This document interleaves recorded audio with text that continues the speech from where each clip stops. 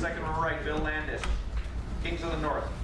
Chip, what did you learn, I guess, about Will and his ability to kind of be like a playmaker outside of their structure throughout spring and summer, especially outside? Well, if you had watched him against Case, watched him at K-State, I think you could see that, he obviously can make plays with both his arm and his legs. I think he showed some of that on Saturday, but those are things we were aware of before he actually played on Saturday. And I think he's a versatile guy. I've talked about before, he can really move for a big guy. And he has a really good understanding of football. He's had a lot of experience, and I think that kind of shown through for him. He still needs to get experience in what we're doing, and that's part of the process. Playing the game of quarterback is probably the one position that's so totally different from a practice standpoint to a game standpoint, because no matter where you are, whether it's in the NFL or high school or college, you don't get hit in practice. And in a game you do. So it's a different kind of mindset for him. But I think we saw some of the things he can do, and hopefully we can build upon that going into week 2. Fourth row right, Andrew Gilbert, Cleveland.com. Chip, you got a quarterback here, the English coach on the 13 to 10. Is that about where you want to be every week, or is it going to fluctuate? 43 and 40 would be better. But I don't think we're going to get that many snaps in the game. So Carlos does a great job, Carlos Lachlan, our running back coach, of just keeping those guys fresh and who's in and who's out. So there wasn't a set plan, but hopefully we run the ball a little bit more. And those numbers are up for both those guys. Third row left, Andy Anders, 11 Warriors. Sticking with the running game, Travion had a really efficient day. Quinchon, there were some inconsistencies on the plays with Quinchon carrying the ball, and I get there's a lot that goes into that beyond the running back. But is there something to a running back taking time to develop chemistry within a scheme, learning sort of the timing of when to goals? Yeah, to your point, yes. But I thought Keith did a really nice job in terms of what we had designed. Obviously, he can't. He's not blocking for himself, so sometimes if something breaks down before he gets an opportunity to make a read, he has to adjust and work off of that. So, but I think there's a point to that, getting the chemistry, getting the feel. Is our scheme slightly different than what he ran at his other school? There are some nuances to that. Being in behind the quarterback and not offset from the quarterback, how much stack that they run when, at his other school. So just getting comfortable in that, and I think that's a process that will continue to go on here at the beginning of the season. Front row middle, Bill Rabinowitz, Columbus Dispatch. Chip, how much did you unveil in terms of the run game and all the concepts? How much did you keep under wraps in the first game? How much did you learn about what your players can and maybe can't do? Question 1. I don't think there's an unveiling or not unveiling. I think everything we do is just game plan specific for who we're playing that week, based upon their personnel and scheme that they deploy. So when someone says, hey, you didn't run this, well, maybe that's not compatible to their scheme or to their personnel. So it wasn't like we held anything back or didn't hold anything back. That's the game plan that we put together to go against Akron.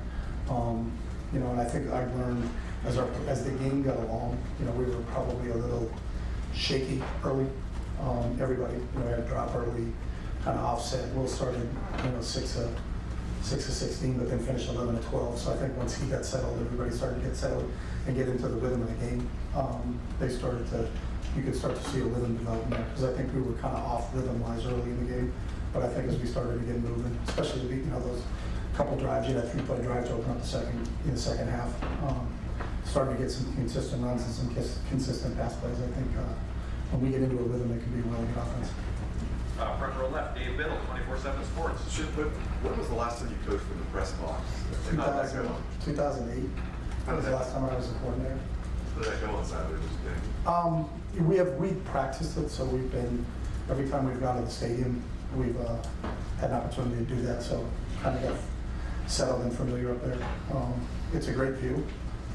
I think as the games get into October and November, people are going to be a little bit jealous of where I get to be on game day and not on the sideline.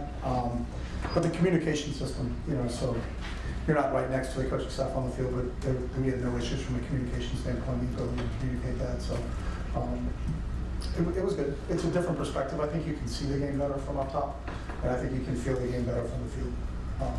And I don't think that'll ever change. So, but you can't be in both places. They're not gonna do the zip line that you talked about. I did talk about zip line, but I don't think they've implemented that yet. We gotta get Elon Musk on that. It's one of those real tech guys. Right behind him, Jeff Gilbert, press bros. We talked to Ryan about not calling plays and being the guy just contributing when he could. Mhm. How do you feel like he did with that and just being in that new thing for him? Yeah, he was great. You know, there were a couple of suggestions that we ran and we moved, and hey, let's get to this. And like, okay, you know, that's exactly it. I was maybe between one or two, but you know, felt really good when he felt really good about it. So, you know, the communication in between what they're doing, what we think they're doing, you know, changing speeds, changing tempos, some of those things. I thought he did a really good job. But he's involved with the defense with Jim, and he's involved in the special teams. Well, the special teams guys too. So, you know, I understand that role because I've been in it.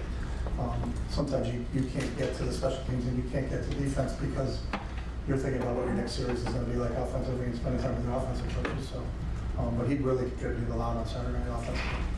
Right behind him, Dan Hope, 11 Warriors.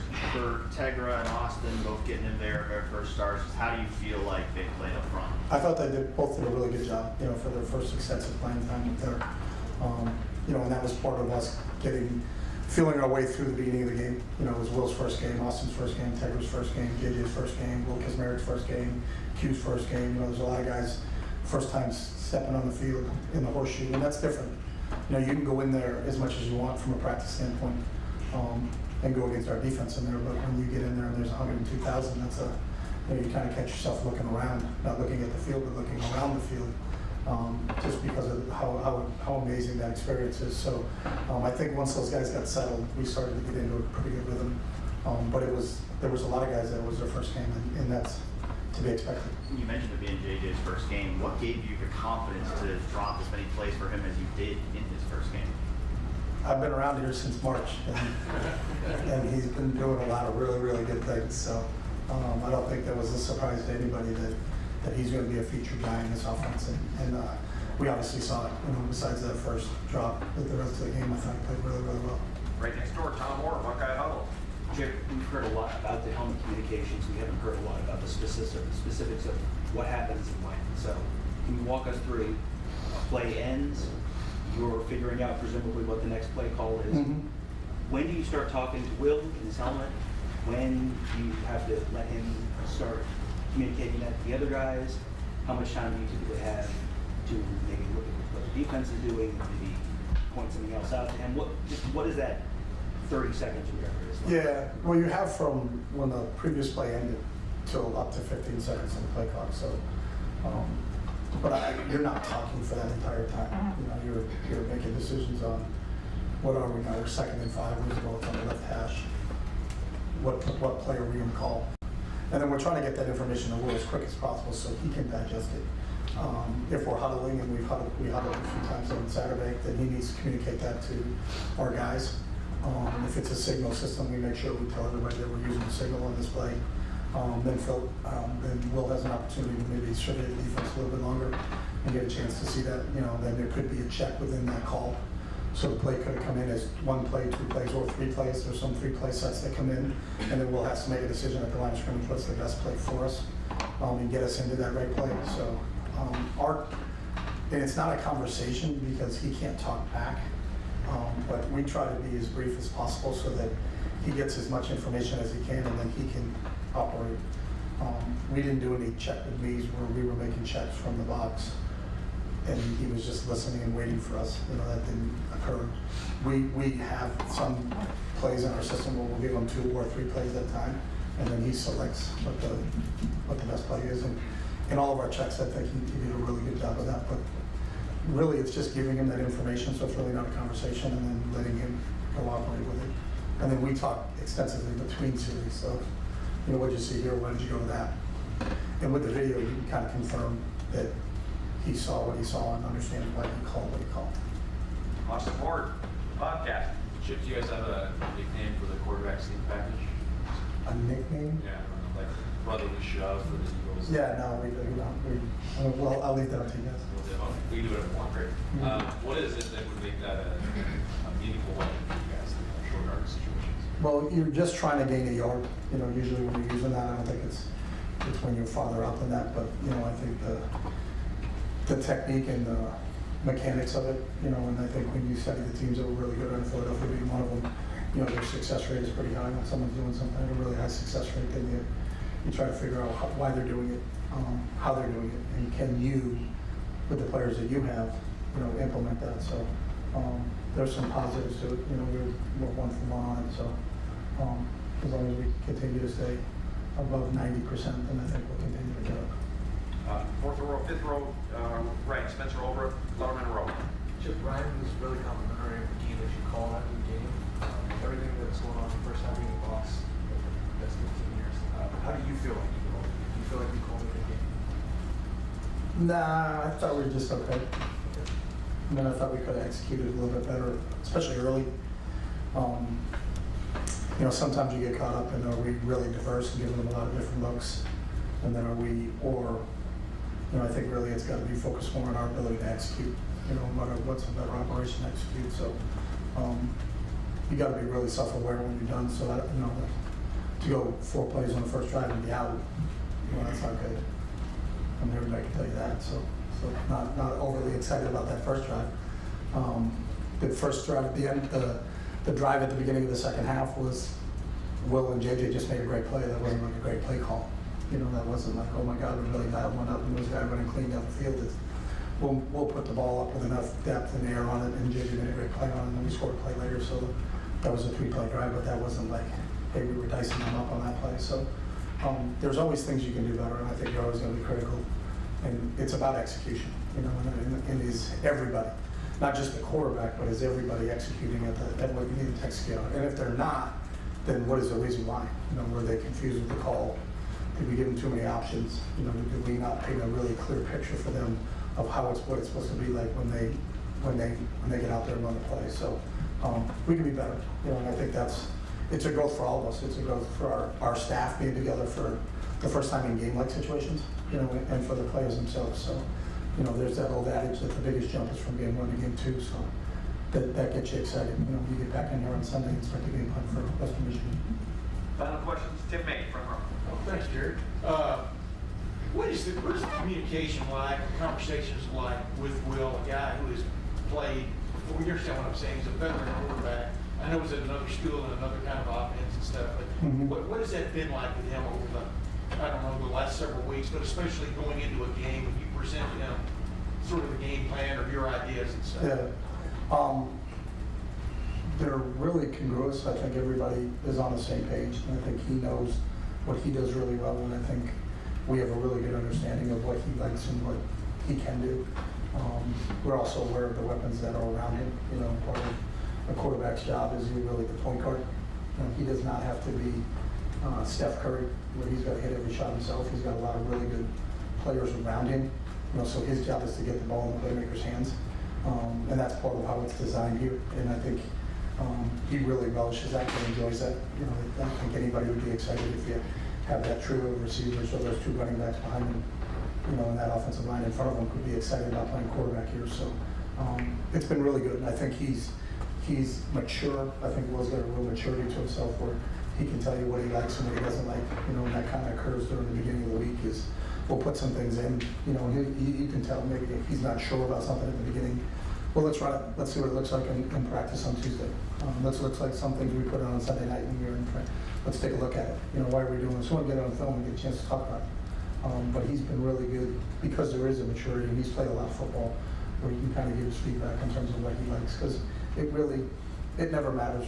It doesn't matter at all what the coach likes, because we're not playing.